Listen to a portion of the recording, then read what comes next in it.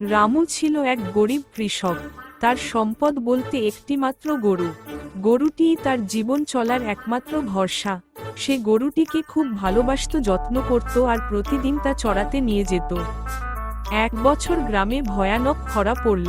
জমিতে ফসল হলো না, খাবারের অভাব দেখা দিল। রামু খুব দুশ্চিন্তায় পড়ে গেল। সে ভাবল যদি গরুটিকে বিক্রি করে দেয় তবে কিছুদিনের খাবার জুটবে, কিন্তু সে মন থেকে এটা চাইছিল না। একদিন এক ধনী ব্যবসায়ী এলেন এবং বললেন, তোমার গরুটি আমাকে বিক্রি করে দাও, আমি ভালো দাম দেব। রামু কিছুক্ষণ চুপ করে রইল। তারপর গরুর দিকে তাকিয়ে দেখল সেটি কষ্ট বুঝতে পেরেও ওর পাশে দাঁড়িয়ে আছে।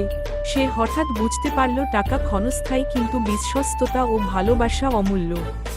সে ব্যবসায়ীকে বলল, আমি আমার গরুটিকে বিক্রি করতে পারবো না। এ শুধু একটি গরু নয়, এটি আমার সঙ্গী।